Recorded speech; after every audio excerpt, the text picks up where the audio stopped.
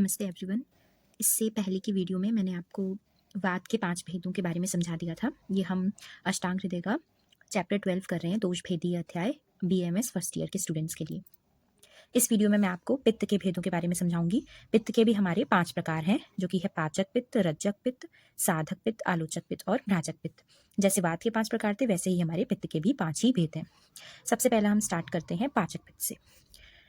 तत्र पक्वामाशय मध्यगम पंचभूतात्मकत्वे अपि यत्तेजसगुणोदयात् त्यक्द्रवत्वं पाकादिकर्मणा अनलशब्दितं पचतन्यन्नं विभजते सारकिट्टौ पृथक् तथा तत्र स्थमेव पित्तानां शेषाणामप्युन्नग्रहं करोति बलदानेन पाचकं नाम तत् स्मृतम्। ये आपका श्लोक जो है वो पाचक पित्त को डिफाइन कर रहा है। तो अब ये श्लोक में क्या कहा गया है वो मैं आपको यहाँ से एक तरह से इसका डिकोड करूंगी या फिर एक तरह से इसे पूरी तरीके से समझा दूंगी। पक्वाशय और आमाशय के मध्य में, जैसे हमने वात के भेदों में देखा था कि जो हमारा जितने भी भेद थे उनके जितने भी स्थान थे और कार्य थे, वैसे ही इसमें भी है। पाचक पित्त का जो स्थान है वो यहाँ पे समझाया गया है पक्वाशय और आमाशय के मध्य में।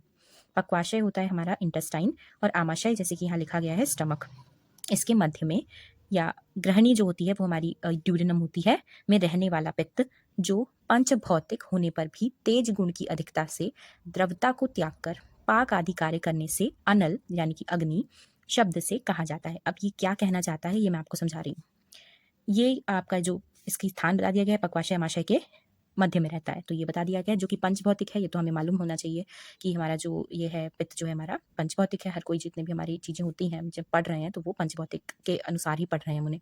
तो वो क्या है, उसमें तेज गुण की अधिकता है और अपने जो उसने द्रवता का जो गुण है उसको त्याग दिया है। अब हम पाचक पित्त, हम नाम से ही समझ रहे हैं पाचक है यानी कि पाचन का कार्य कर रहा है, यानी कि डाइजेशन में हेल्प कर रहा है। तो यहाँ पे वो अपना तेज गुण की अधिकता रखेगा और द्रवता वाले गुण को त्याग कर पाक आदि कार्य करेगा, जिसकी वजह से उसे अग्नि शब्द कहा जा रहा है। पाक आदि कार्य किसके कारण हो पाते हैं? अग्नि के कारण। जैसे हम देखते हैं कि हमारा किचन में हम गैस पर कोई चीज़ रखते हैं, उस पर हमारी कोई भी चीज़ पकती है, किसके द्वारा पकती है? बिना गैस जलाए, बिना अग्नि के वो चीज़ नहीं पक सकती। वैसे ही यहाँ पर भी जो हमारा तेज गुण है, तेज के कारण हमारी यहाँ पे अग्नि की बात हो रही है, तो इसके कारण यहाँ पे ये पाचक पित्त में तेज की गुण की अधिकता है। आई होप ये चीज़ आपको पूरी समझ में आ गई होगी, ये जो लाइन में ये कहना चाह रहा है। अब यहाँ पे इसका कार्य बता रहा है, यह पित्त अन्न को पकाता है, यानी कि वही डाइजेशन का कार्य। सार किट एक्सट्रैक्ट वेस्ट, या फिर आप एक तरह से कह सकते हैं कि ये एक्सक्रीटा उसकी वेस्ट प्रोडक्ट जो है उसको अलग अलग करता है। यहाँ पे एक और चीज़ आती है सामने कि जो हमारे वात के प्रकार थे उसमें कौन सा ऐसा वात का प्रकार था जो हमारा सार और किट को करने में सहायता कर रहा था, कौन सी वो वायु थी? तो वो थी हमारी समान वायु। तो यहाँ से आप उसका भी रिविजन कर सकते हैं। और वहीं स्थित रहकर शेष पित्तों को बल प्रदान करता है, अनुग्रहित करता है। इस पित्त को पाचक पित्त कहते हैं। ठीक है, तो वहाँ पे भी उसको बल देता है, जितने भी हमारे वहाँ पे स्थित पदार्थ होते हैं उनको हमारा पित्तों को बल प्रदान करता है, तो और इसे पाचक पित्त कहते हैं। तो ये पूरी हमारी एक्सप्लेनेशन जो है यहाँ, ये जितना भी कहा गया है श्लोक में, वो सारी एक्सप्लेनेशन यहाँ दी गई है। उसको भी मैंने आपको थोड़ा अच्छी तरीके से एक्सप्लेन कर दिया है। होप आपको ये समझ में आ गया होगा। नेक्स्ट हमारे पास सेकंड जो हमारा है वो रज्जक पित्त है। रज्जक पित्त नाम से ही पता चल रहा है, रज्जक या फिर जो हमारा इसका अर्थ होता है वो होता है रंगना। तो ये क्या कह रहा है? आमाशय आश्रयम पित्तम रज्जकम रसर रंजनात्। इसका अर्थ क्या है? आमाशय आश्रय मतलब, आश्रय मतलब किसके आश्रय से रहता है रज्जक पित्त? आमाशय में। तो स्थान क्या हो गया रज्जक पित्त का? आमाशय। करता क्या है? जो आहार रस होता है, रस की व्याख्या, रस क्या होता है उसको शॉर्ट फॉर्म में मैंने फर्स्ट वीडियो में अपनी समझाया है। अगर आपको रस समझना है शॉर्ट में ही तो उसमें आप जाकर देख सकते हैं। रस को रंगने का कार्य करता है, एक तरह से आप कह सकते हैं जो हमने आहार लिया है उसको रंगने का कार्य कौन करता है? रज्जक पित्त करता है। तो इतना ही हमारा रज्जक पित्त के बारे में है। नेक्स्ट हमारे पास है साधक पित्त, थर्ड वाला। साधक पित्त क्या होता है? बुद्धि मेधा अभिमान आदर अभिप्रेत अर्थ साधनात् साधकम हृदगतम पित्तम। इसका अर्थ क्या है? साधक पित्त कोई चीज को सिद्ध कर रहा होगा, नाम से फिर समझ में आ रहा है। स्थान क्या है इसका? यह हृदय में रहता है। बुद्धि मेधा और अभिमान आदि के द्वारा अभिप्रेत विषय को सिद्ध करता है। जो भी इसके द्वारा विषय लिए जाते हैं, बुद्धि मेधा अभिमान, इन सबको क्या करता है हमारा? ये क्या करता है? इसको सिद्ध करता है।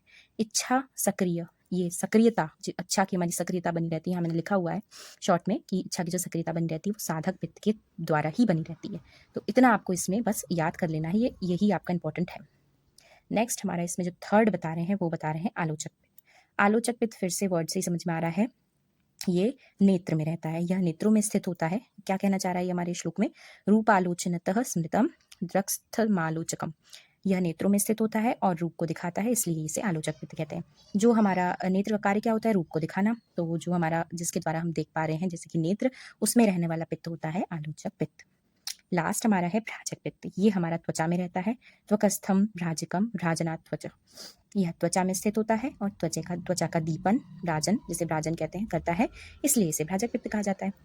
ईज़ी है, ये सारे आपके पाचक पित्त में थोड़ा समझने वाली चीज़ थी। बाकी सब आपके बाकी सब आप इसमें ईज़िली इसे समझ सकते हैं। तो ये लास्ट हमारा भ्राजक पित्त था, जो कि हमारा त्वचा में जितनी भी हमारी अगर डलनेस आती है तो वो किसके कारण आ रही है? भ्राजक पित्त के कारण आ रही है। मतलब भ्राजक पित्त में कोई ना कोई समस्या उत्पन्न हो रही है, कमी है उसमें। अगर आपका अच्छे से दीपन हो रही है, जो आपकी स्किन जो है, ग्लो जिसे आप कहते हैं, स्किन का जो हमारा ग्लो है, वो किस कारण आता है? भ्राजक पित्त के कारण। तो यहाँ तक हमारा कंप्लीट हो जाता है पित्त के 5 भेद। नेक्स्ट यहाँ तक पित्त के जितने भी भेद थे वो कंप्लीट हो चुके हैं। इसके बाद वाली वीडियो में मैं आपको कफ के जितने भी भेद होंगे उसे कवर करूँगी। यहाँ तक देखने के लिए थैंक यू सो मच। अगर आपको पसंद आती है वीडियो तो आप लाइक कर सकते हैं। Thank you.